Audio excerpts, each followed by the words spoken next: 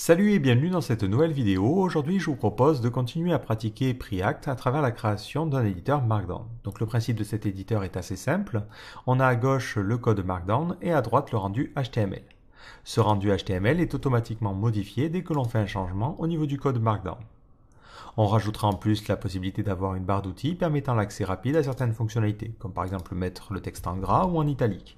Ces fonctionnalités seront aussi atteignables via des raccourcis clavier, CTRL-B pour le gras, CTRL-I pour l'italique. On en profitera aussi pour jouer avec l'API Speech Recognition de Google, qui permettra automatiquement à l'utilisateur de dicter quelque chose, et le navigateur se chargera de retranscrire ce qui est dicté à l'écrit. Ce qui peut être plutôt pratique pour pouvoir commencer à écrire un petit peu notre texte. Alors après, c'est pas idéal parce que ça fait pas mal de fautes d'orthographe, mais c'est quand même quelque chose qui peut être intéressant de mettre en place. On finira par une fonctionnalité qui est assez simple à premier abord, mais qui s'avérera un petit peu plus compliquée qu'il n'y paraît, c'est la synchronisation du scroll. Donc l'idée, c'est que lorsque je scrolle à gauche, je montre le contenu qui correspond à droite. Le problème, c'est que la partie Markdown n'a pas la même taille que le rendu HTML, et du coup, la vitesse de scroll devra changer. Donc il faudra s'arranger pour que on fasse correspondre les éléments. Donc vous le voyez ici, quand je scrolle, les titres sont toujours au même niveau. Et on le voit, la vitesse de scroll change suivant la section sur laquelle on se trouve. Donc ceci étant dit, je vous propose de commencer. Et pour commencer, on va utiliser Preact CLI. L'idée, c'est de gagner un petit peu de temps et de ne pas passer 2 heures à faire la préconfiguration de Webpack et tout. Donc la première chose que l'on doit faire, c'est installer de manière globale Preact CLI. Donc au niveau de mon terminal, je commence par faire un coup de npm install-g Preact CLI. Une fois que c'est installé, je peux initialiser un nouveau projet en utilisant Preact, Create et on choisit le nom de notre template. Alors il existe plusieurs templates et celui qui semble le mieux correspondre à notre situation, donc c'est ici, c'est le template widget qui permet en fait d'initialiser le code pour un petit widget. Donc je fais un coup de Preact, Create, Widget et on va l'appeler MD-Editor. Donc ça va prendre pas mal de temps parce que ça initialise la configuration, le template, et tout de suite après, ça installe les différentes dépendances. Donc soyez patient, ça met un petit temps. Une fois qu'il a fini, il vous donne les instructions pour commencer. Donc d'abord, on se rend dans le bon dossier et on fait un coup de npm run start pour démarrer le serveur de développement. Donc ce serveur va automatiquement démarrer sur le port 8080, enfin 8080. Donc si vous faites localhost de .8080, automatiquement vous allez avoir une page avec le Hello World. Donc je vais tout de suite ouvrir ça sur mon IDE. Donc j'utilise ici IntelliJ, mais vous pouvez encore une fois utiliser ce que vous voulez. Donc si vous utilisez Visual Studio Code ou n'importe quoi, ça va fonctionner. Si on analyse rapidement le code qu'il a généré, on va se mettre comme ça. On a un dossier SRC qui contient nos sources. On a un index.js qui se charge de monter en fait le widget. Index.js qui est le template HTML qui sert à générer cette page-là. Et ensuite, on a notre composant Hello World. Alors ce composant, on remarque un fichier index.js qui est assez classique au final. Et après, on a un index.test.js. Donc ça, c'est si on veut mettre en place des tests unitaires. Donc vous pouvez vous en inspirer, c'est pas mal. Globalement, il lui passe en fait du contenu et il s'attend à ce que le rendu soit égal à quelque chose. Et c'est à ça que sert la partie snapshot. Donc nous, on n'utilisera pas les tests ici parce qu'on a pas mal de code à faire et ça va nous faire prendre déjà pas mal de temps. Du coup, on va directement écrire le code. Alors au niveau du index.js, il utilise un truc qui s'appelle Habitat, en fait, qui permet de monter les composants. Nous, on va pas trop se prendre la tête, on va enlever ça et on va enlever aussi la partie polyfill. On va vraiment repartir de zéro. Donc je vais supprimer le composant Hello World et je vais supprimer, enfin renommer le index.js en index.jsx. Donc on s'imagine au niveau de notre page JS, donc notre page HTML. En vrai, on n'aurait pas une div comme ça, mais on aurait plutôt un text area qui aurait une classe particulière, donc on lui mettrait la classe MD-Editor, et qui contiendrait la valeur. Donc la valeur ici, pour tester les choses, on va mettre un petit peu de code Markdown. Et ce code Markdown, je l'ai échappé, donc c'est-à-dire que j'ai remplacé les balises par des dollars LT, je sais plus quoi. Voilà, j'ai globalement un petit peu échappé le texte, histoire qu'on n'ait pas de problème en fait avec les divs. Parce que si jamais vous avez à l'intérieur par exemple du contenu, ça va poser problème au niveau de votre texte area. Voilà, donc là, j'ai comme ça un petit contenu qui me servira de test tout au long de cette vidéo là. Et je peux en profiter aussi pour retirer cette partie style qui ne sert absolument à rien pour le coup. Donc au niveau de mon index.jsx, je vais commencer par récupérer tous les éléments qui ont cette classe MD-Editor. Donc je fais let editor égale document.querySelector et je vais les sélectionner tous. Je les prends tous qui a la classe mdEditor. Ensuite, je vais tous les parcourir en faisant un editor.forEach et je récupérerai chacun des éditeurs. Et je lancerai une fonction qui me permettra de faire un traitement en particulier. Donc ça d'ailleurs, je vais plutôt mettre un S. Je vais désactiver juste temporairement ESLint parce que je ne vais pas l'utiliser dans cette vidéo-là. Et ici, si on veut économiser un petit peu dans le code qui sera rendu, on n'a pas besoin de passer le contexte, donc on peut simplement déclarer la fonction comme ça. Donc à partir de cet endroit-là, je vais récupérer le contenu de mon text area. Donc on va faire un let value égale editor.value. Et ensuite, je peux utiliser preact. Donc je vais importer, on va le faire tout en haut. Donc h, c'est pour écrire du virtual DOM et la méthode render, c'est pour rendre notre contenu. J'importe ça depuis preact. Et ici, je vais lui dire, je veux que tu rendes le contenu. Pour l'instant, on mettra simplement une div qui va avoir le texte salut. Cette div, je veux que tu la rendes à la place de l'éditeur. Et je veux que tu la rendes au niveau carrément de l'éditeur. Donc on va prendre ici le first child. Si je sauvegarde et que je réactualise cette page-là, alors pour l'instant je n'aurai pas de changement, mais si je vais au niveau de mon preact.config.js, je vais modifier au niveau de la configuration, donc ça sera dans resolve et ensuite c'est dans les alias. Donc on a un alias qui s'appelle preact.cli entry point et je vais faire un path.resolve et ça sera donc dans le dossier src et ça sera index.jsx. Alors le souci c'est que ça, pour que ça fonctionne, on a besoin de faire un let path égale require de path. Voilà, c'est la petite modification qu'on a besoin de faire. Donc je coupe mon serveur et je le relance. Automatiquement ça redémarre correctement et si je me rends sur mon navigateur, je vais bien ici avoir mon text area. Je vais sortir mon inspecteur pour voir les éventuelles erreurs sur lesquelles je vais tomber. Par contre, on voit que ça ne fonctionne pas correctement parce que automatiquement, ce que va faire Preact, c'est qu'il va injecter en fait le code dans cette div-là. Donc, il va injecter notre partie div salut dans notre text area, ce qui n'est pas du tout ce que l'on souhaite. Donc, pour éviter ce souci-là, ce que l'on va faire, c'est qu'au niveau de notre index.js, on va entourer notre text area plutôt d'une div. Donc ici, hop, je vais avoir une div qui va avoir, elle, la classe mdEditor. Et à l'intérieur, je vais y mettre mon text area qui contiendra tout. Donc ce text area aussi, on peut avoir un name, comme ça pourra être utilisé pour les formulaires. On mettra le name content. Et je peux du coup lui enlever cette classe-là. Et aussi, je vais en profiter. Hop, au niveau de cet élément-là, plutôt que d'utiliser une classe, on va faire un data mdEditor. Ça évitera de rentrer en collision avec d'éventuels CSS. Du coup, au niveau de mon index.jsx, je vais plutôt sélectionner tous les éléments qui vont avoir cet attribut data editor. Ensuite, à l'intérieur, je vais avoir besoin de récupérer, donc je fais un query selector, le text area, parce que c'est ça qui me permet d'extraire la valeur, donc text area. Et ensuite, je lui demande de rendre toujours dans la partie éditeur. Donc cette fois-ci, on voit bien que le salut est rendu au bon endroit. Et je peux à la limite vider maintenant notre élément HTML en faisant editor.innerHTML égale du vide. Voilà, là on a notre truc qui affiche le salut. Mais l'avantage, c'est qu'on peut aller un petit peu plus loin. On peut lui dire, dans la div, je veux que tu affiches la valeur. Et automatiquement, il affichera donc la valeur du code qui est à cet endroit-là. Mais après, l'avantage, c'est qu'on pourra utiliser value pour, par exemple, l'injecter dans l'HTML ou le passer à un éventuel composant. Et on va pouvoir justement créer notre premier composant.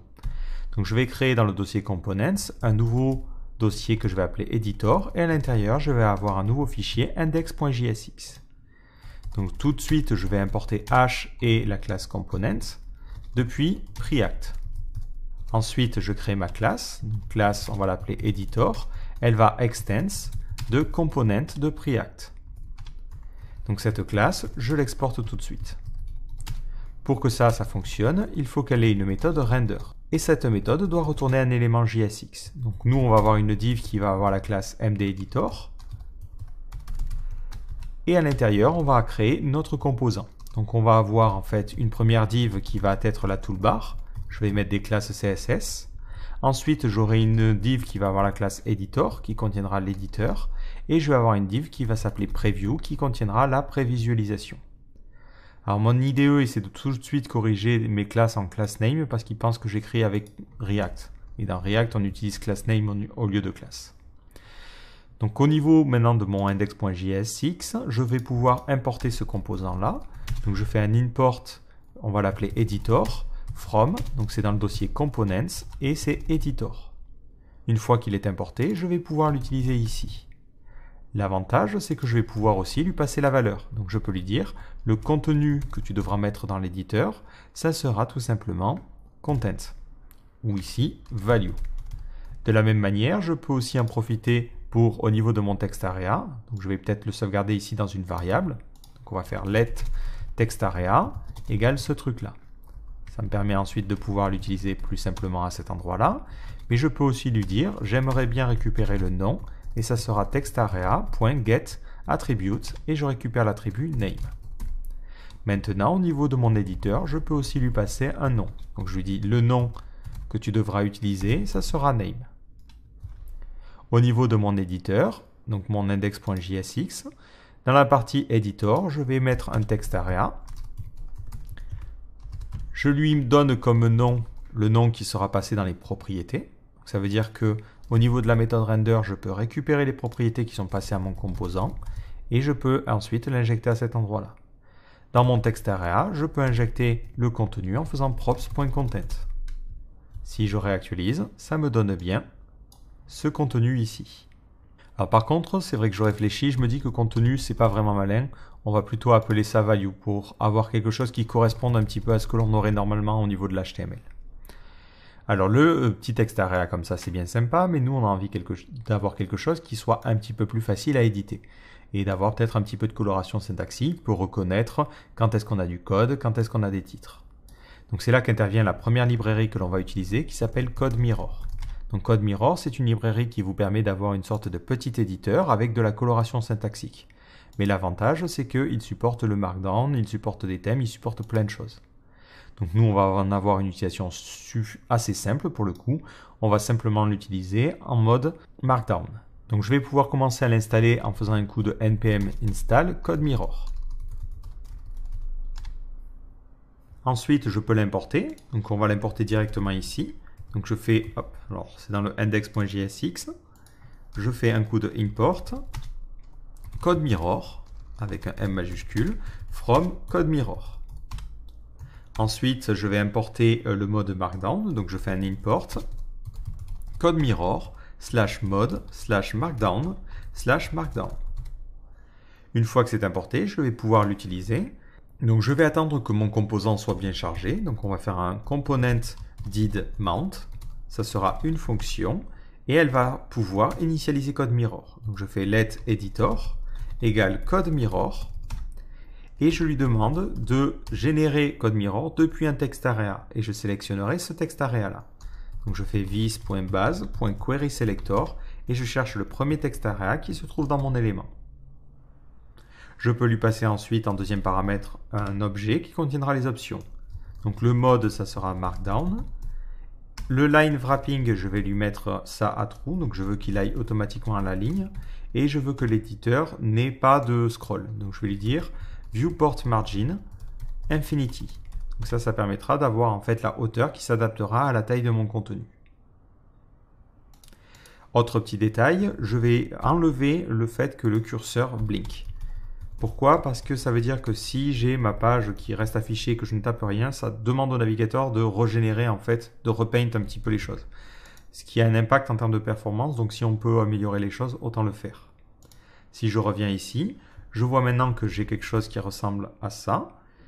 Ça a un petit peu changé et je peux toujours taper mon texte. Alors par contre, c'est pas très joli parce qu'il faut charger le CSS de CodeMirror. Donc tout en haut, je vais en profiter pour charger le fichier codemirror.css. Donc je fais un coup de import codemirror /lib/codemirror.css. Je sauvegarde et maintenant je vois que j'ai un CSS qui colore un petit peu les différentes choses. Et ça me permet de pouvoir changer les choses et d'avoir quelque chose d'un petit peu plus dynamique. Alors CodeMirror a aussi la possibilité d'avoir des thèmes. Un thème que j'aime bien, c'est codemirror/thème. Et là vous en avez une tonne. Et il y a le thème Neo qui est pas mal. Donc dans ce cas-là, il faut lui dire ici, je veux utiliser le thème Neo. Et hop, voilà. Ça ressemble à ça. C'est un petit peu plus neutre et je trouve ça un petit peu plus sympa. Par contre, si on fait les choses comme ça va poser un petit problème. Je m'explique. Idéalement, vous aimeriez bien sauvegarder dans l'état de votre composant le contenu. Donc par défaut, ce que l'on ferait, c'est qu'on aurait le constructeur qui prendra en paramètre les propriétés et qui appellerait la méthode parente. Tout de suite, on ferait un this.state et on lui dirait que dans le state, on aurait le contenu qui serait égal à props.value. Au niveau de cet endroit-là, je récupère la propriété, mais je récupère aussi le state. Et si je veux le contenu, je peux utiliser la déstructuration pour mettre content ici, ce qui me permet ici d'afficher content. Et si je veux le nom, je mets name à cet endroit-là. Voilà, ça me permet d'économiser un petit peu. Le problème, c'est que lorsque quelqu'un tape quelque chose, il faut que je mette à jour du coup la partie content. Donc je ferai un editor.on, je vais écouter l'événement change, et ça sera une fonction qui prendra en paramètre l'éditeur. Là, je vais peut-être avoir besoin de la fonction fléchée parce que j'ai besoin de vis derrière. Donc, editor, c'est une instance de code mirror. Et je peux lui dire, bon ben, tu fais un vis.setState.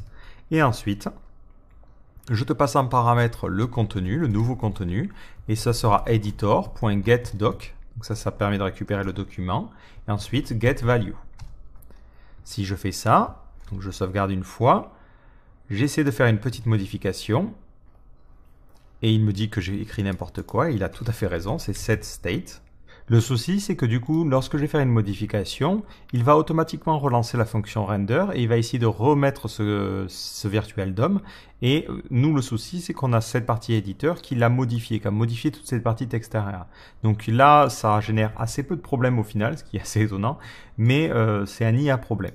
Donc plutôt que d'avoir tout à cet endroit-là, on va se dire bah, toute la partie code mirror, on va la mettre dans un composant. Donc plutôt que d'avoir mon textarea, je vais avoir un nouveau composant que je vais appeler code mirror, qui s'écrira de cette manière-là. Donc code mirror, je lui donne le nom, donc ça sera name égale name, et je vais lui passer le contenu, ou même la valeur, value égale content. Voilà. Je vais garder ça en mémoire. Voilà. Et ensuite, je vais créer mon composant. Donc dans ma partie editor, je vais créer un nouveau fichier que je vais appeler codemirror.jsx. J'importe h et render et component from Preact. Et ensuite, je crée mon truc. Donc export, default, class, code mirror. Au passage, on va l'appeler code mirror component. Et on va lui dire d'extends de component. Alors je l'appelle code mirror component pour ne pas rentrer en collision avec l'éditeur. Dans la partie render, je vais simplement prendre en paramètre les propriétés. Donc ça sera name et value. Et ensuite, je vais rendre mon textarea. Dans la partie component did mount, je vais lui dire de faire exactement le même code que celui que j'avais avant.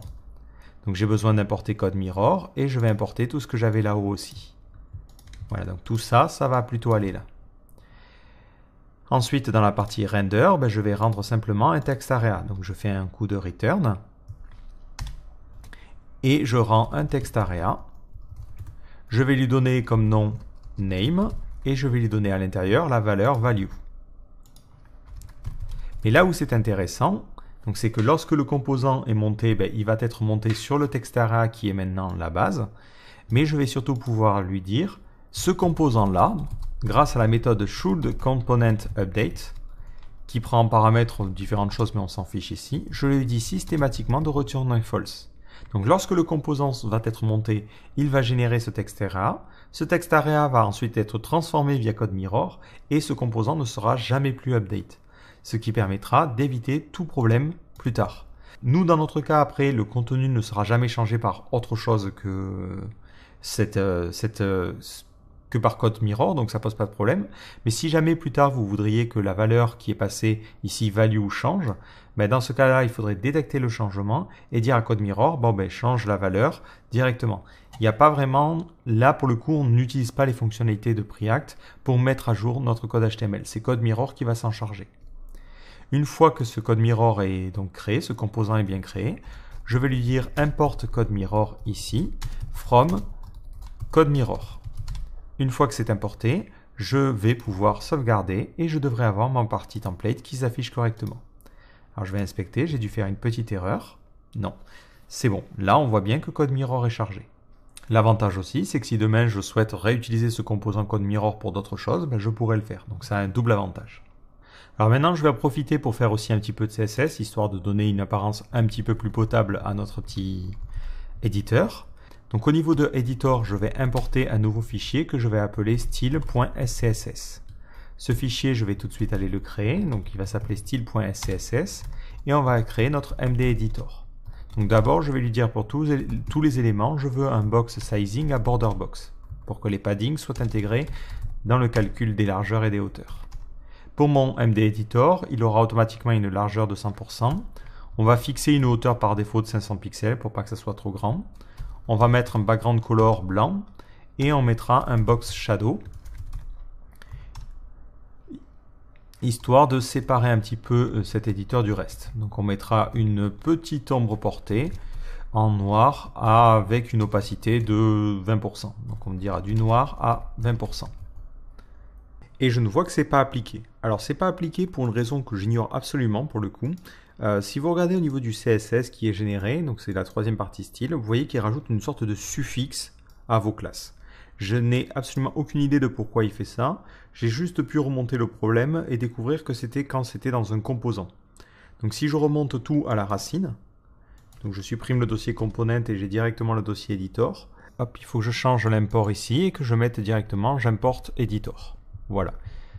Donc je réactualise la page. Et je vois maintenant que dans la partie style, il n'a pas mis le suffixe. Impeccable. Donc maintenant, je vais pouvoir continuer à faire mon petit style. Donc la partie éditeur, donc c'est underscore editor. Et on va aussi en profiter pour styliser la partie preview. Globalement, on veut que ça prenne 50% de la taille. Donc ça va être en position absolue. Ce qui nous permettra de forcer la hauteur à 100%. Donc on mettra pour l'instant pas la position en left ou en right, on mettra la position en haut à 0 pixel. On dira que la largeur de l'élément c'est 50%. La hauteur ça va être 100%. Et on aura un overflow, et ça c'est important, à X qui sera en mode hidden. Donc on ne veut pas afficher si ça dépasse la largeur. Ça vous pouvez le changer évidemment si vous le souhaitez. Et on mettra un overflow Y à scroll, parce qu'on veut que ça puisse être scrollable pour descendre dans notre éditeur.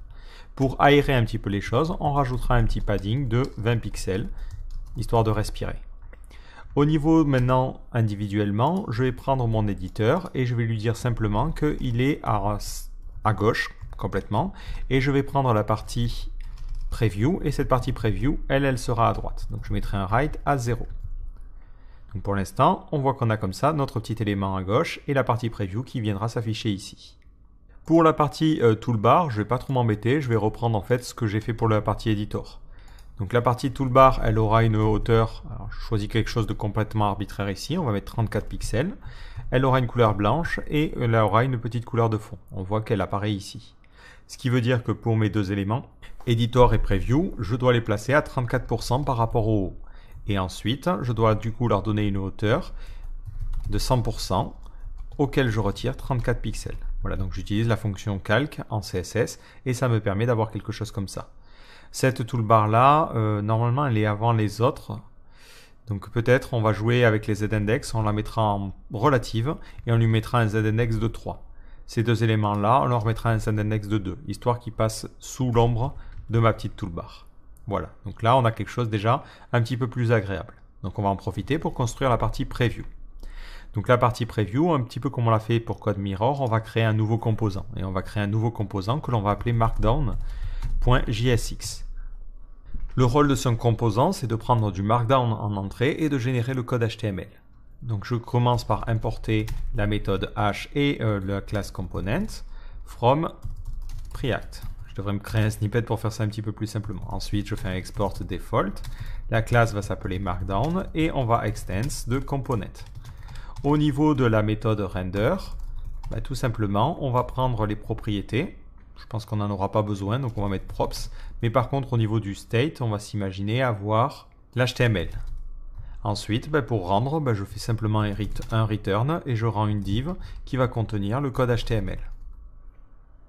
Alors le problème, c'est que le code HTML que l'on va générer, on ne va pas vouloir l'échapper. Donc plutôt que de mettre directement le code HTML comme ça, hop, il nous suffit de créer une div, on va l'auto-fermer et on va avoir un attribut qui s'appelle dangerously set inner HTML et à l'intérieur on lui dira je veux que tu définisses l'HTML et voilà la valeur. Alors c'est volontairement foireux à écrire parce qu'ils veulent s'assurer qu'on ne l'écrive pas n'importe quand. Là on sait ce qu'on fait, donc on met ça. Donc ensuite, lorsque je vais utiliser ce composant-là, donc dans mon index.jsx, je vais importer Markdown, comme ceci. Et ensuite, quand je vais l'utiliser, je vais simplement lui passer le contenu. Donc on fera Markdown, et je vais lui passer du Markdown, tout simplement. Et on va lui donner comme valeur, ça sera Content. Donc dès que le contenu change, il va re-rendre cet élément-là. Donc l'HTML, plutôt que de m'embêter à le passer par le state, je vais plutôt me créer une méthode. Donc on va l'appeler vis.render markdown directement. Cette méthode, je vais tout de suite la créer, render markdown. Elle prendra aucun paramètre et elle retournera une chaîne de caractères. Pour convertir ce code markdown en HTML, je peux utiliser différentes librairies et je vais choisir d'utiliser Market.js. Alors peut-être si je n'indique pas le contexte, on ne va pas aller loin. Donc Market.js, c'est une librairie qui, comme son nom l'indique, va permettre de convertir du Markdown en HTML. Et on a tout un tas d'options que l'on peut spécifier. Donc au niveau de mon terminal, je commence par l'installer. Donc je vais mettre ici et on va faire un coup de npm install marked. Ensuite, je vais l'importer tout en haut. Donc je fais un import marked from marked. Voilà, et pas marked. Et ici, il me suffit simplement de lui définir différentes options. Donc je vais reprendre les options qu'il propose par défaut. Donc renderer, je ne vais rien préciser, je vais utiliser le renderer par défaut. GFM, c'est le GitHub Flavor de Markdown, donc il y a des fonctionnalités supplémentaires. On veut supporter les tables. On veut qu'un saut de ligne dans l'original corresponde à un saut de ligne dans le nouveau, oui. Le pédantique, c'est pour supporter des vieux trucs, donc ça on s'en fiche. Le sanitize, on va mettre à true, parce qu'on ne veut pas que quelqu'un rentre de l'HTML. Smart List, on va laisser ça à true, et Smarty Pants, je ne sais plus trop à quoi ça correspond, mais vous avez une documentation pour les différentes options. Une fois que vous êtes satisfait, là, je vais retourner la méthode marked et je lui passe en paramètre le contenu. Le contenu, c'était la propriété Markdown. Voilà. Comme ça, automatiquement, ça va me générer le code HTML qui correspond. Et on voit que ça fonctionne correctement. Alors la partie sanitize, en fait, elle permet d'éviter ce genre de choses. Si quelqu'un rentre n'importe quoi à cet endroit-là, automatiquement sur la partie de droite, il va l'échapper et il ne l'affichera pas. Donc d'ailleurs, vu qu'on a séparé la partie code mirror dans un composant, le problème c'est que le contenu n'est jamais changé. Ici dans notre index.js, il faudrait lui dire quand on a un changement, on doit mettre à jour notre contenu. Alors on a plusieurs solutions. Soit on peut se dire au niveau de ce composant, je vais avoir une méthode onChange et je pourrais détecter quand est-ce qu'il y a un changement. Ou ce que je peux me dire, c'est que je vais lui récupérer en fait l'éditeur. Alors je vais préférer cette solution-là parce que je vais avoir besoin de passer l'éditeur au bouton de la toolbar pour pouvoir rajouter du gras ou rajouter ce genre de choses. Donc je vais avoir besoin de l'éditeur de manière globale. Donc dans la partie state, je vais rajouter une nouvelle propriété editor qui par défaut sera nulle. Ensuite, je vais m'imaginer que sur ce composant code mirror, je vais avoir une méthode onReady. Et cette méthode, ça sera une fonction. Moi, je vais l'appeler setEditor. Cette méthode, je vais aller la créer tout de suite. setEditor. Et ce qu'elle fera, c'est qu'elle fera un vis.setState. Elle prendra en paramètre l'éditeur, qui sera l'éditeur code mirror, et elle le mettra au niveau de notre state, comme ceci. On peut raccourcir en mettant ça. Donc ça veut dire qu'au niveau de notre code mirror, je vais prendre une nouvelle propriété. Donc on avait name value et on va avoir le onReady. Maintenant, au niveau de notre composant code mirror, lorsque le composant est monté, ici on a créé la variable editor, mais je vais lui dire appelle la propriété qui s'appelle onReady et tu vas l'appeler en lui passant en paramètre l'éditeur, tout simplement. Ce qui fait que maintenant, je vais pouvoir remonter l'éditeur à cet endroit-là. Si je fais un coup de console.log de editor, ça devrait me donner l'éditeur. Si je regarde au niveau de ma console, on me sort juste un petit problème. On me dit onReady n'existe pas, effectivement. Mais on continuera à me sortir une erreur en me disant que cette state n'existe pas. Parce que le problème ici, c'est que le vis fait référence à l'événement.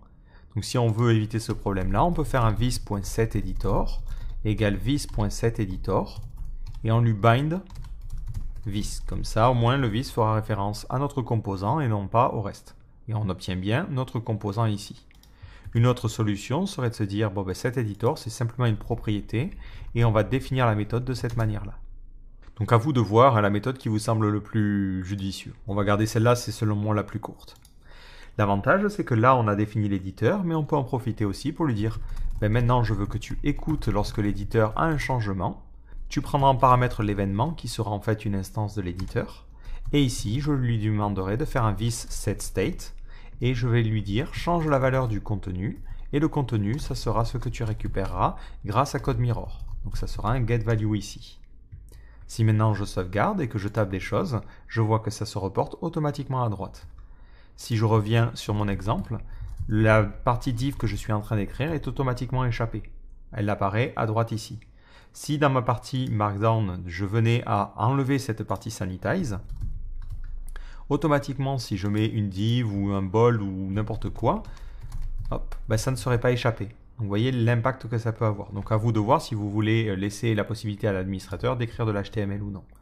Si vous souhaitez avoir quelque chose d'encore plus dynamique, on peut s'imaginer avoir une propriété Sanitize que l'on pourrait préciser ici. Donc dans notre partie éditeur, on pourrait avoir un ici Sanitize et on lui dirait false ou true suivant ce que l'on souhaite faire. À vous après d'améliorer les choses, on ne va pas non plus s'éterniser dessus. Après pour la partie preview, au niveau de votre CSS, vous pouvez rajouter quelques règles. Là je vous les copie-colle parce que ce ne sont pas vraiment intéressantes, mais j'ai rajouté quelques règles pour le pré et les tableaux. Ce qui permet d'avoir une petite mise en page un petit peu plus sympa. Mais vous pouvez dynamiser les choses, à vous de voir après comment vous voulez faire ça. Autre petit détail, je vois que la partie CodeMirror, hop, elle n'a pas forcément la bonne taille. Donc là c'est tout simplement dû au CodeMirror Wrap, qui n'a pas forcément la bonne hauteur. Donc je vais prendre cette classe-là, hop, et lui dire, t'embête pas, prends une hauteur de 100%. Par contre, je ne veux pas changer tous les CodeMirror, je veux changer seulement ceux qui sont dans MD Editor. Voilà. Comme ça, automatiquement, ils prennent 100% de la hauteur. Je me rends par contre compte qu'ils ne prennent pas en compte les 500 pixels que j'avais spécifiés ici. Ouais, parce que ça, c'est en position relative. Sinon, on ne va pas aller loin. Mais là, on voit que ça fonctionne de manière un petit peu plus sympa. Si par contre, vous remarquez que votre CodeMirror, là, il n'a pas forcément la bonne taille, il y a une meilleure manière de faire les choses. Vous remplacez cette truc-là par une div, en fait, hop, comme ça. Et vous lui dites au niveau de CodeMirror, je veux simplement que tu appliques CodeMirror. Tu vas l'appliquer sur cette div-là. Et je vais te passer moi-même la valeur. Donc value, ça sera une valeur que tu pourras récupérer grâce aux propriétés. Donc ça sera this.props.value. Si je sauvegarde, automatiquement il prend la bonne hauteur. Ça fonctionne différemment. L'avantage, moi je trouve que ça me donne un petit peu plus de contrôle parce que déjà ça veut dire que je n'ai plus besoin de lui passer le name. Et j'ai plus besoin de lui passer quoi que ce soit, si ce n'est la valeur à cet endroit-là et le onReady. Donc au niveau de mon éditeur, ça me permet de simplifier un petit peu ça et je ne l'envoie plus le name. Si je veux que mon éditeur conserve mon text area, il me suffit ici de mettre mon text area, de lui préciser le nom que je peux récupérer grâce aux propriétés. Je lui enlève l'ID ou quoi que ce soit et à l'intérieur, je vais lui donner la valeur. Donc la valeur, je peux la récupérer grâce à content. L'avantage, c'est que c'est traqué dynamiquement. Donc je vais me retrouver avec mon text area ici. Et dès que je fais des modifs, hop, on les voit reporter. Par contre, ce text area, il n'y a pas vraiment d'intérêt à ce qu'il soit là. Donc je vais rajouter un style à display de .done. Voilà. Comme ça, ça permet de le cacher, mais il continuera à reporter les valeurs. Donc si je soumets mon formulaire, la valeur du text area aura bien changé. Alors maintenant, on va mettre en place les petits boutons au niveau de notre petite toolbar pour pouvoir mettre le texte en gras ou ce genre de choses. Alors, pour le coup, on va séparer ça dans un sous-dossier, histoire de bien organiser. Mais on va créer un premier bouton qui va s'appeler Bold. Donc, je vais créer un nouveau dossier, Buttons, et on va appeler ça le Bold Button.jsx. Donc, comme d'habitude, je ne vais pas m'embêter, je vais copier-coller pour une fois. Donc, ce bouton-là va s'appeler le Bold Button. La méthode render, elle va rendre simplement un petit bouton. Donc là, ça sera un button.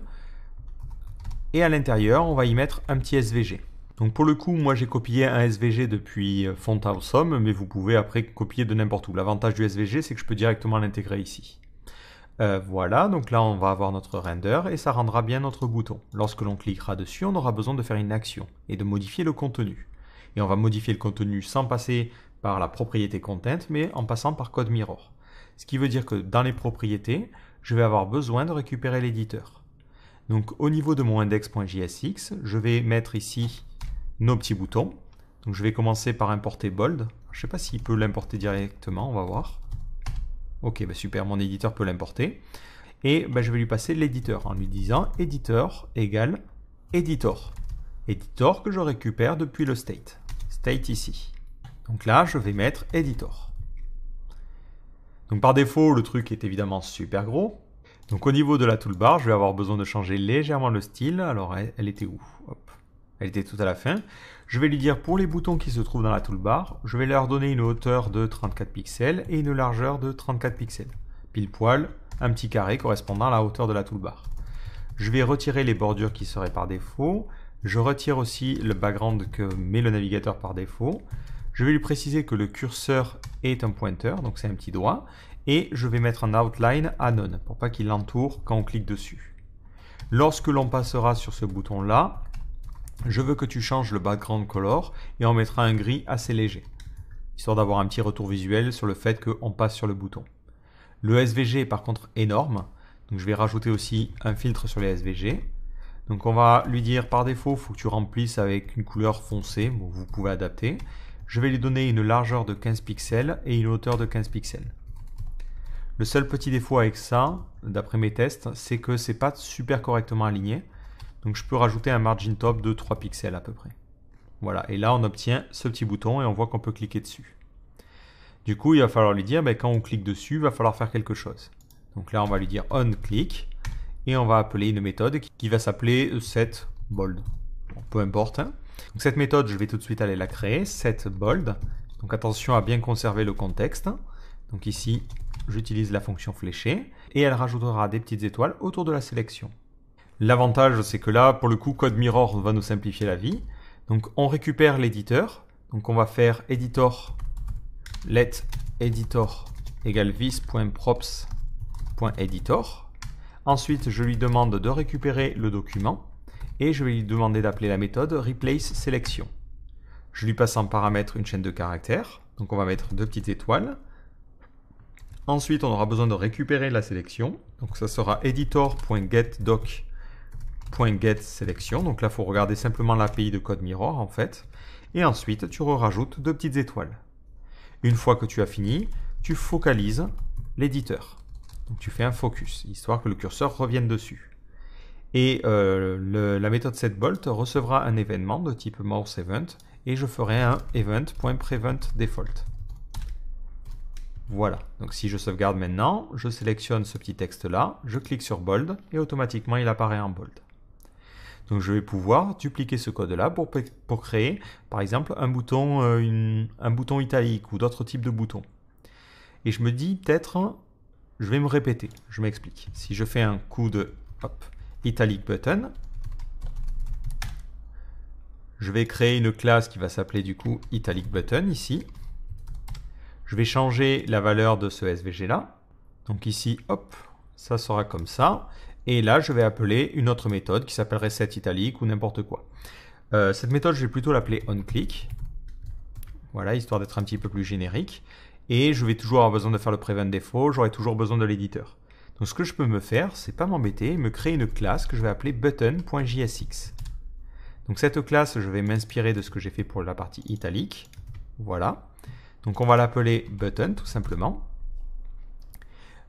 Elle aura toujours une méthode render, elle fera un bouton qui fera le clic. Par contre, on va enlever la partie SVG et on va lui dire à la place, je veux que tu appelles une méthode qui va s'appeler icon. Comme ceci.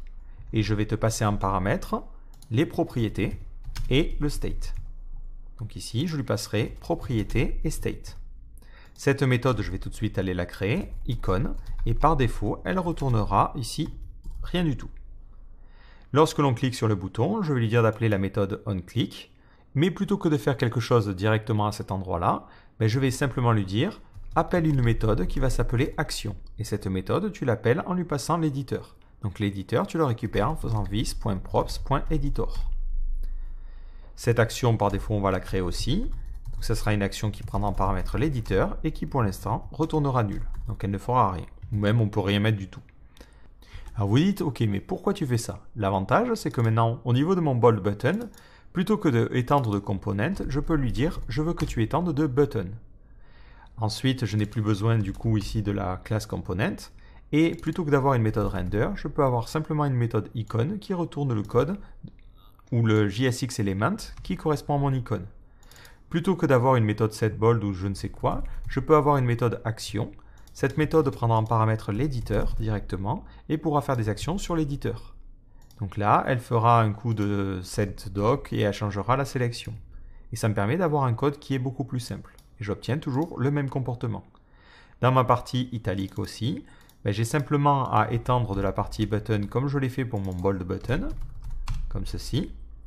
Ensuite, je définis simplement l'icône en retournant un JSX element plutôt que de retourner nul. Et dans la partie action, j'ai simplement à lui dire quoi changer. L'avantage, c'est que maintenant j'ai la possibilité de créer des boutons beaucoup plus simplement en me concentrant avant tout sur leur rôle plutôt que sur tout le reste. Donc là, on remplace simplement par des guillemets. Enfin, par une simple étoile. Je vais y arriver. Donc si je sauvegarde, forcément ça ne s'affiche pas parce que dans le JSX, il faut que je crée un nouveau italic button. Et ça, je l'importe depuis italic button. Voilà. Et maintenant, je peux avoir ce texte en italique. Si je veux par contre avoir accès à des raccourcis clavier, je peux écouter directement sur le navigateur des raccourcis, mais l'avantage c'est que CodeMirror nous offre aussi une petite API. Donc j'ai qu'à lui dire au niveau de mon bold button, je vais attendre que mon composant soit monté. Hop. Et lorsque ce composant est monté, je vais récupérer dans les propriétés l'éditeur. Et on va définir une option qui est l'option Extra Keys. Donc ça, c'est quelque chose qui est propre à CodeMirror. Et on peut lui préciser qu'est-ce que l'on veut faire lorsqu'il y a une nouvelle clé qui est tapée. Donc lorsque l'on a CTRL suivi de B qui est tapé, je veux que tu lances une fonction et cette fonction fera un coup de vis.action et je lui passe en paramètre l'éditeur vis.props.editor. Voilà pourquoi c'est intéressant, je peux recopier un petit peu et réutiliser du code. Alors je vais inspecter par contre parce que je vois que mon éditeur ne s'affiche plus. Il ne s'affiche plus parce que j'ai un petit problème.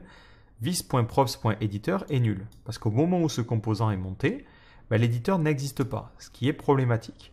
Je ne veux monter ces boutons-là que si l'éditeur, donc c'était à cet endroit-là, que si l'éditeur existe. Donc ça, je vais mettre une petite condition en disant si editor, dans ce cas-là, je veux que tu rendes ces différents boutons. Donc on aura d'abord le bold button et ensuite le italic button.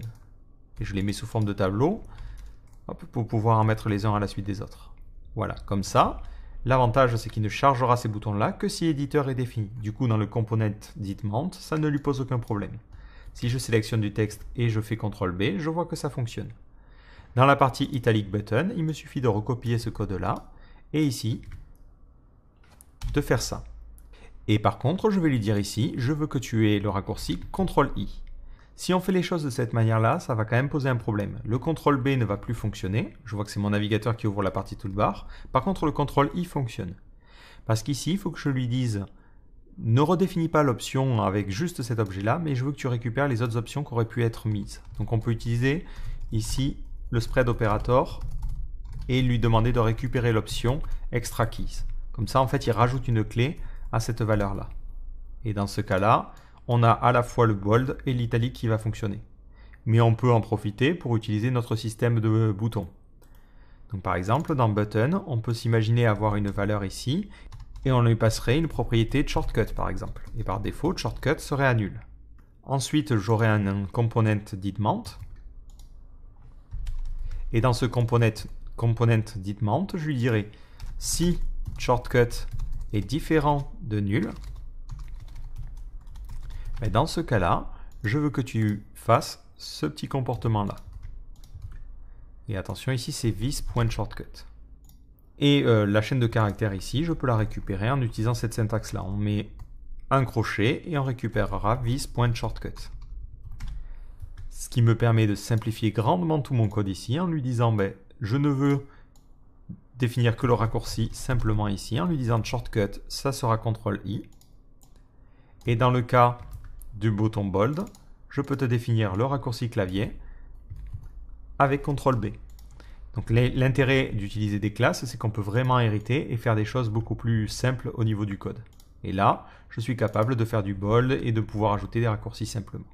Bon, ce sont des boutons assez classiques. Après vous pouvez itérer dessus. Si vous voulez faire un lien, vous allez avoir une action, vous allez avoir un prompt où vous allez demander à l'utilisateur rentre le contenu de ton lien ou coller depuis le presse-papier. Après, c'est à vous d'imaginer un petit peu les fonctionnalités. Mais on va pas passer 2 heures à créer 200 boutons. Je vous laisse un petit peu imaginer. On va juste en rajouter un qui est intéressant selon moi, c'est le speech button. Parce qu'on a envie d'utiliser la voix pour pouvoir remplir nos choses. Donc je crée un speechbutton.jsx et je vais me baser sur le italic button. Donc on n'aura pas de shortcut ici, quoique ça pourrait être intéressant de piloter ça au clavier. Mais bon, allez, on ne va pas en mettre. Par contre, le seul petit souci que l'on va avoir, c'est que c'est quelque chose qui ne fonctionne pas forcément sur tous les navigateurs. Si vous inspectez, hop, dans ce cas-là, je crois que c'est window.webkit, normalement speech recognition, ou window.speech recognition. Le problème, c'est que dans le cas de Firefox, ça n'est pas défini. Donc pour le coup, je vais ouvrir la même interface sur Google Chrome et on va pouvoir comparer. Alors, première chose que je dois faire du coup dans la partie icône, c'est changer l'icône pour mettre un petit micro. Donc là, hop, je copie depuis Font Awesome et ça va me donner ça. Ensuite, je définis ce bouton-là. Donc dans ma partie index.jsx, je vais lui demander de rajouter le speech button. Donc là, on mettra speech button. Et je l'importe tout en haut. Donc dans la partie import, je vais importer ce speech button. D'ailleurs, vous voyez que je m'embête pas mal à importer tous ces boutons-là. Ce qui peut être intéressant, c'est d'avoir ici un fichier index.js directement, pas de JSX. Et vous allez importer les différents trucs. Donc vous lui dites par exemple, je vais avoir un export et je vais exporter une constante qui va s'appeler bold. Et je la récupérerai depuis bold button. De la même manière, j'exporte une constante qui va s'appeler italic. Et je la récupérerai depuis le italic button. Pour le speech button, qu'on va appeler speech button, je vais faire la même chose. Donc je vais exporter une constante qui va s'appeler speech et je la récupérerai depuis le speech button. L'avantage, c'est qu'après dans mon index.jsx, plutôt que de m'embêter à tout importer, je vais pouvoir lui dire tu importes directement depuis buttons et j'importe les boutons bold, speech et italic, ce qui est quand même beaucoup plus pratique à utiliser. Et après, ici, on n'aura plus qu'à enlever les trucs en trop, donc la partie button. Donc ce bouton, il ne doit pas être visible dans le cas de Firefox parce que cette API-là n'est pas supportée. Donc dans la partie render de mon speech button, je vais lui dire juste avant, donc ça veut dire j'appelle la méthode render, je vérifie est-ce qu'on a sur Windows la propriété, donc on fait as own property WebKit speech recognition. Si elle existe, dans ce cas-là, tu appelles la méthode render parent. Dans le cas contraire, tu retournes nul. Ce qui fait que du coup, ce bouton ne sera jamais rendu dans le cas de Firefox. Si je vais sur mon navigateur Chrome, qui a cette propriété WebKit Speech Recognition, ça fonctionne correctement. L'icône est visible. Voilà, c'est un petit détail, mais ça vous permet comme ça de gérer le support d'un navigateur à l'autre avec un minimum de code. Maintenant, lorsque l'on clique sur ce bouton, je vais avoir besoin, alors je vais garder la partie Replace Selection, mais je vais initialiser mon WebKit Speech Recognition. Donc je vais faire un let recognition égale new WebKit Speech Recognition. Ensuite, je vais en profiter pour définir la langue. Alors vous pourriez laisser la langue du navigateur, mais nous on part sur un éditeur français, donc on va lui dire on supporte le français. Ensuite, je vais lui demander de ne pas écouter de manière continue. Donc je vais mettre un continuous à false. Et je vais lui demander aussi de ne pas me présenter les résultats intermédiaires. Je m'en fiche complètement. Moi, je veux juste une fois qu'il l'a fini. Ça peut être intéressant d'avoir les résultats intermédiaires si vous voulez avoir une petite barre qui affiche ce qu'il est en train de deviner. Sinon, vous mettez false, autant ne pas compliquer le système. Ensuite, on lui demande de démarrer la reconnaissance audio en utilisant la méthode start. Et on va surtout écouter lorsque l'on obtiendra des résultats. Pour cela, on a une méthode onResult qui prend en paramètre un événement et qui va récupérer les résultats. Donc pour les résultats, j'ai déjà fait une vidéo dessus, mais on va juste les loguer histoire de voir un peu à quoi ça ressemble. Donc je vais sortir mon inspecteur et dans la partie console, si maintenant j'appuie ici, il me demande la possibilité d'utiliser le micro. Et dès que je marque une petite pause, il me sort cet événement-là. Donc ce que l'on va avoir besoin de récupérer, c'est le résultat index qui nous permettra d'avoir l'index dans les résultats. Donc ça nous donnera cet index 0 là. Et à l'intérieur, on a normalement plusieurs solutions. En général, d'après mes essais, j'en ai toujours trouvé qu'une seule. Et il vous donne la confidence, donc à quel point il est sûr de ce que vous avez dit, et la version transcript, et nous, c'est ce que l'on va utiliser. Donc là, on a besoin de récupérer le résultat. Donc on fera let result égale e.results.item, et on récupérera l'item qui est à l'index défini. Donc c'est result index. Ensuite, je lui dis si le résultat est final, donc .isFinal, ben dans ce cas-là, je vais récupérer le transcript depuis la première ligne. Donc je fais un let transcript égale result.item, je récupère l'item à l'index 0 et je récupère la propriété de transcript. Maintenant que j'ai ce transcript, je peux lui dire je veux que tu remplaces la sélection par la transcription. Comme ceci, hop. Et là, après, tu vas focus notre petit champ. Donc je sauvegarde et j'essaie maintenant de parler. Dès que j'appuie sur ce micro, et ça fonctionne correctement. Alors peut-être un petit détail, c'est de savoir visuellement quand est-ce qu'il est en train d'écouter et quand est-ce qu'il arrête. Certes, on a quelque chose en haut, mais ça serait mieux de changer la couleur de l'icône. Donc je vais m'imaginer ici avoir une propriété CSS qui sera le style. Et on va avoir du coup une méthode que l'on va appeler getStyle. Et à l'intérieur, je lui passerai le style. Donc au niveau de ma méthode action, je vais lui dire dans le state, il faut que tu le changes. Donc tu feras un this_setState et on aura une propriété listening que l'on passera à true.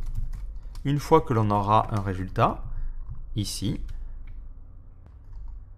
on lui dira le listening repassera à false. L'avantage, c'est qu'on peut utiliser ça maintenant pour déterminer la couleur de notre élément.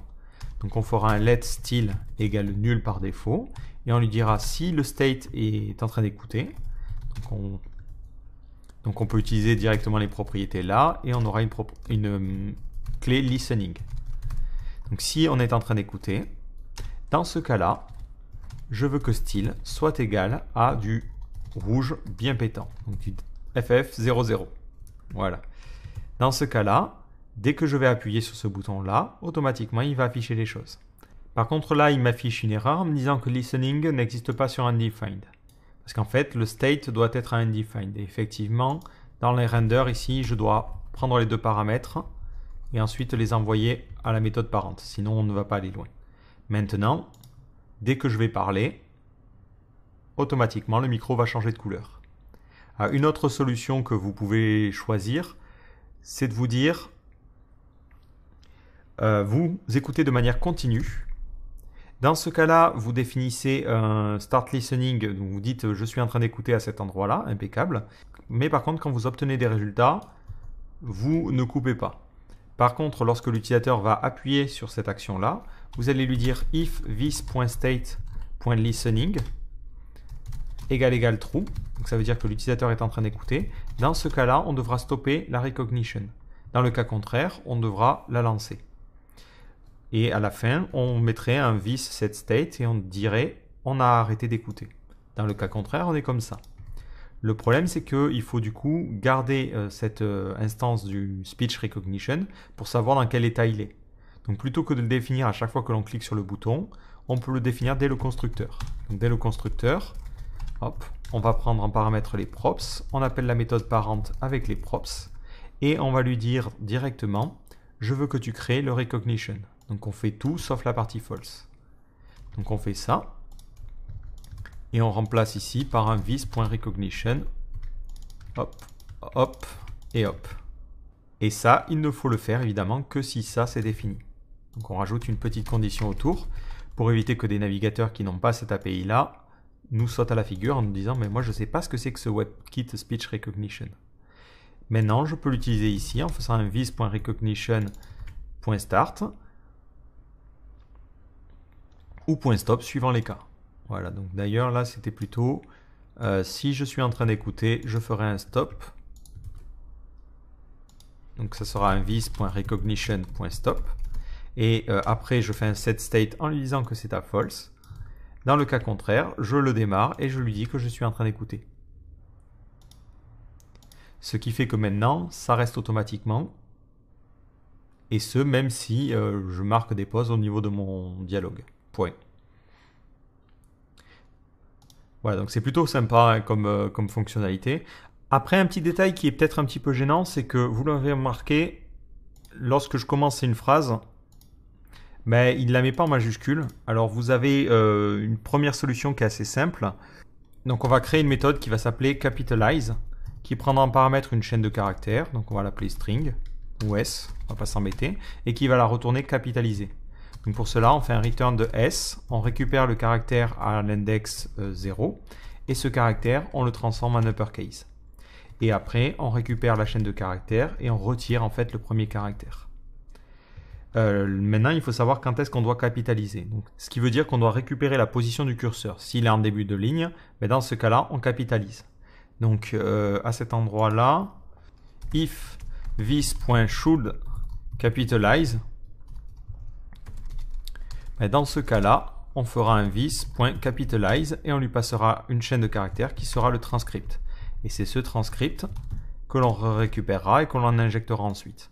Donc cette méthode should capitalize, je vais la créer et elle va avoir besoin de l'éditeur. Donc pour tester un petit peu les choses avant de me lancer, je vais mettre de manière globale l'éditeur. Comme ça, je pourrai y accéder depuis ma console. Donc si je regarde, je vais me placer ici et dans la partie, il me dit éditeur n'est pas défini. Oui, effectivement, c'est props.editor. Voilà, si j'essaie, donc je me place là, je fais un editor.getCursor. Et ça va me donner des informations sur le curseur. Ça me donne notamment la ligne et surtout le CH qui est la position. Donc si je suis ici, ça me donne un CH, enfin un caractère qui est un peu plus loin. Donc tout de suite, je vais lui dire if this.props.editor.getCursor et ça à la limite, je vais peut-être avoir besoin de le sauvegarder. Donc on va lui dire si cursor.ch est égal à 0, dans ce cas-là, je return true. Ou je peux directement me contenter. Ouais, on va faire à la limite en return true. Parce que je sais que ma condition va être un petit peu plus compliquée. Donc c'est pour ça que je mets un if et que je ne retourne pas simplement le résultat de cette condition-là. Donc lorsque je parle ici, automatiquement, ça met en majuscule le L. Le problème qui est un petit peu plus subtil, par contre, c'est si jamais on se met à cet endroit-là. Parce que si on se met à cet endroit-là, il faut détecter est-ce que la phrase précédente terminait par un point. Donc au niveau de CodeMirror, on a une méthode qui s'appelle getRange. On lui dit où on commence. Donc nous, on prendrait le curseur, par exemple. Et ensuite, on lui donnerait le début, en fait. Du coup, nous, on lui passerait le caractère 0. On trimerait un peu la chaîne. Et on obtiendrait, on lui demanderait le dernier caractère. Donc ici, on lui dirait let line égale this.props.editor.getDoc.get range. Je lui passe en premier paramètre le from. Donc le from, ça serait alors quelque chose qui a besoin de la ligne. Donc la ligne, ça serait cursor.line. Et le caractère, ça serait le caractère 0. Hop. Ensuite, je lui passerai le to. Donc le to, ça serait on va vers le curseur. Ça me retourne une chaîne de caractères que je peux trimer. Et je lui demande est-ce que ça finit avec un point. Voilà. Et ça va me donner normalement le résultat. Donc on va l'appeler start sentence. Et je lui dis si le curseur est égal à 0 ou que l'on est sur un début de phrase, dans ce cas-là, je retourne true. Moment de vérité, on se place ici. Je commence à parler. Et il m'a sorti une petite erreur parce qu'il me dit que getDoc n'existe pas parce qu'il y a un D majuscule. On est reparti. J'essaie d'écrire une phrase. Et il a bien mis le J majuscule. Super, super. Par contre, si je me situe au milieu d'une phrase, il ne devrait pas le faire. Et ça fonctionne correctement. Donc là, on a mis en place l'API Speech Recognition qui nous permet automatiquement de détecter ce que dit un utilisateur et de l'injecter au niveau de notre texte. Donc ça peut vous montrer qu'on peut aller beaucoup plus loin avec ce système de boutons. Alors un autre bouton utile, c'est la possibilité de mettre en plein écran. Donc je vais me baser encore sur le bouton le plus simple, le Bold Button. On va l'appeler Full Screen Button.jsx. Ce bouton, on va le renommer Full Screen Button. Et il n'aura pas de shortcut. Non, on va éviter de mélanger avec les shortcuts du navigateur. On pourrait le mettre sur F11 ou ce genre de choses, mais non, ça va être trop compliqué. L'icône, je vais la changer. Et l'action, par contre, sera légèrement différente parce que on va devoir changer une classe au niveau de notre éditeur. Donc là, on s'imagine avoir au niveau de nos propriétés une méthode onClick. Et sur cette propriété, on lui dira est-ce que tu dois mettre en plein écran ou non. Alors à vous de voir comment vous voulez gérer les choses. Ce que vous pouvez faire, c'est vous dire directement c'est ce bouton qui va avoir son propre state. Donc là, on lui passe en paramètre les propriétés, on appelle la méthode parente et on peut lui dire il aura un state qui définira si on est en full screen. Et par défaut, on dira que le full screen est à false. Lorsque l'on clique, on change cette valeur-là. Donc on fait un vis.setState et on va lui passer full screen. Et on lui dira que c'est différent de vis.state.fullscreen. Ce qui permet de changer la valeur. Si c'est true, c'est false. Et si c'est false, ça devient true. Lorsqu'on lui passe le onClick, on va la renommer onFullScreen. Et on lui passera en paramètre vis.state.fullscreen. Donc true ou false suivant les cas. Ce qui fait que c'est un petit peu plus simple au niveau de mon parent. Donc au niveau de mon index.jsx, je vais rajouter ce bouton-là. Donc je vais le rajouter ici et on va l'appeler fullScreen. D'ailleurs, c'est dans la partie index.js, je vais importer ce nouveau bouton qu'on va appeler fullScreen et on l'importe en important fullScreenButton. Hop, ce qui fait que dans mon index, j'ai juste à rajouter ici, je veux la propriété fullScreen. Si je réactualise, j'ai ce petit bouton-là. Si vous voulez peut-être les séparer, ce que vous pouvez faire, c'est avoir deux divs en fait. Avoir ici une div qui s'appelle MDEditor toolbar left. Voilà. Où vous auriez ces boutons-là. Et avoir une autre div toolbar right. Ouais, ou à la limite left et right. Je suis pas sûr qu'on ait besoin. Ouais, on va laisser toolbar comme ça. Et à cet endroit-là, on n'aurait que le bouton full screen. Ce qui vous permet d'avoir un petit peu plus de contrôle sur comment vous voulez gérer les choses. Et là, j'ai inversé, c'est comme ça. Voilà. Bon, pour le coup, ça change rien, si ce n'est que ça s'empile l'un et l'autre. Mais après, en modifiant le CSS, vous lui dites que cette toolbar est en display flex, ce qui fait que les deux éléments vont se mettre l'un à côté de l'autre. Mais vous rajoutez une petite condition sur cette classe-là. Et vous allez lui dire, cette classe-là, je veux qu'elle ait une margin à gauche automatique. Et dans ce cas-là, ça permet d'avoir cet alignement. Donc lorsque l'on clique, on aura une méthode onFullScreen, comme on l'avait dit. Et cette méthode-là, on lui passera un vis.setFullScreen, par exemple, qui changerait la valeur du full screen. Ce qui veut dire que dans le constructeur, dans le state, on a besoin de savoir l'état de mon éditeur. Est-ce qu'il est en full screen ou non? Et par défaut, il ne sera pas en full screen. Et si vous ne voulez pas vous embêter à créer des méthodes pour ce genre de choses, si vous voulez juste en fait lier le state à quelque chose, vous avez LinkState, qui est une petite librairie qui a été créée par les développeurs de Preact, qui est très très simple et qui se charge juste de faire ce genre de cas. Donc je ne vais pas m'embêter ici, je vais l'installer. Donc je fais un npm install de LinkState. Ensuite, je l'importe à cet endroit-là. Donc je fais un import LinkState from LinkState. Et lorsque je veux lier, c'est ici. J'ai juste à faire LinkState. Je te passe en premier paramètre le composant et je te passe en second paramètre ce que je veux lier. Donc je veux que la propriété fullScreen prenne ce qu'elle recevra en paramètre. Ça permet de gagner un petit peu de temps. Donc si je reviens ici, lorsque je clique ici, ça va changer la valeur de fullScreen. Ce qui permettrait de changer par exemple une classe. Donc je récupérerai fullScreen depuis le state ici. Je créerai une propriété style qui serait égale par exemple, plutôt CLS pour classe à MDEditor. Et je lui dirai, si on a fullScreen qui est égal à true, dans ce cas-là, je veux que la classe, tu rajoutes, l'habitude de PHP, MDEditor-fullScreen. Comme ça, ça rajouterait une classe supplémentaire que je pourrais injecter ici. Donc là, je lui rajoute la classe directement CLS comme ceci. Si j'inspecte mon élément, donc je vais inspecter tout mon éditeur, lorsque je vais cliquer ici, il prend cette classe-là. Lorsque cette classe-là est détectée, donc dans le style.scss, je vais rajouter une composante pour ce truc-là. Donc lorsqu'on aura fullScreen en plus, je veux que la position passe en fixed, le zIndex passera à 100 Et on a un top à 0, left à 0, right à 0, bottom à 0, une largeur de 100% et une hauteur de 100%. Basiquement, tu prends toute la fenêtre. Par défaut, notre éditeur a une hauteur de 500 pixels et est en statique. Et dès que je clique dessus, il passe en absolu.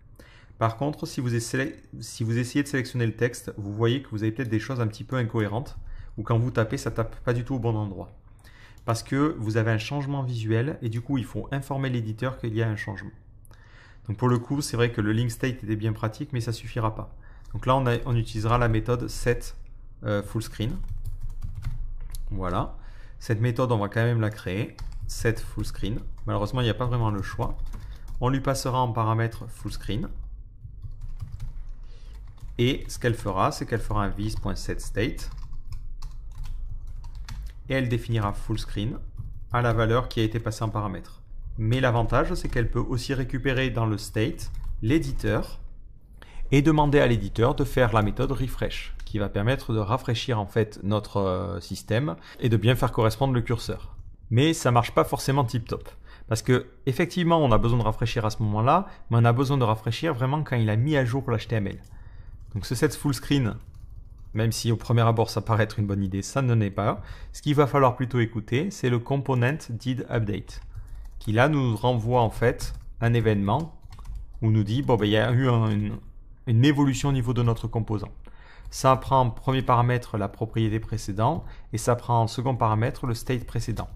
Là on va lui dire si dans le state précédent la valeur de full screen est différente de la valeur de full screen que j'ai dans le state actuel, ça veut dire que l'état de mon composant, enfin le full screen a changé. Dans ce cas-là, je veux que tu prennes le state et que tu prennes l'éditeur et que tu relances un rafraîchissement, histoire que le curseur et tout se place correctement. Donc je vois, je suis en train de taper ici, ça correspond exactement à l'endroit où j'ai cliqué. Je suis passé en plein écran, je sélectionne ici et le curseur apparaît au bon endroit. Voilà, donc ça permet de résoudre ce problème-là de curseur. Et là, ben, on a pas mal avancé. On va juste finir par le fait de mettre ça en couleur. Mais comme je vous le disais, vous pourriez vous dire, bon ben, ce bouton, il n'est pas réellement responsable en fait du full screen et on lui passerait la propriété. Ça peut être intéressant si vous voulez piloter ça depuis d'autres choses ou depuis un autre endroit. Et dans ce cas-là, dans full screen, vous lui passeriez un paramètre, est-ce qu'on est en full screen ou non? Et là, on pourrait lui passer full screen du coup, que l'on récupérerait depuis le state. Impeccable. Ce qui veut dire que le set, ça ne change pas, mais ça changerait à cet endroit-là le fait qu'on ne prendrait pas ce state-là. On n'aurait pas besoin de faire tout ça. Et ici, on pourrait enlever ça et lui dire simplement, je veux que tu envoies la propriété full screen que tu as récupérée et que tu l'inverses. Voilà, on obtiendrait le même résultat hein, pour le coup. Mais l'avantage, c'est que là, on récupérerait la propriété full screen et on pourrait l'utiliser pour définir une couleur de remplissage. Donc, comme on le faisait, on lui donne un style par défaut à nul. Et on lui dit que si full screen est égal à true, ou si full screen tout simplement, ben dans ce cas-là, je veux que le style, ça soit une couleur de remplissage verte. Ou même on peut ne pas s'embêter, allez, on va faire ça sur une seule ligne. Donc on va lui dire si full screen existe, dans ce cas-là, la couleur de remplissage, ça sera fil de points suivi d'un vert comme ça. Et dans le cas contraire, ça sera nul. Et ici, je peux lui dire le style, hop, je veux que tu appliques cette valeur-là. Hop. Comme ça, quand c'est en plein écran, on a un petit retour visuel, ça apparaît en vert. Bon, même si l'utilisateur, il faudrait vraiment qu'il soit bête pour ne pas voir que c'est ça, mais vous pourriez changer aussi, mettre une croix par exemple. Ça peut être une solution. Et on peut changer comme ça notre position. Et là, on a quelque chose de plutôt correct. Donc vous voyez comment on a construit la base. Alors ce que je vous propose, c'est de parler de la partie scroll dans une autre vidéo. Parce que là, ça fait déjà pas mal de temps et je préfère séparer. Mais ce que je vous invite à faire, c'est réfléchir un petit peu à comment on pourrait justement synchroniser le scroll pour pouvoir garder un petit peu les mêmes positions. Donc je vous donne rendez-vous dans cette prochaine vidéo.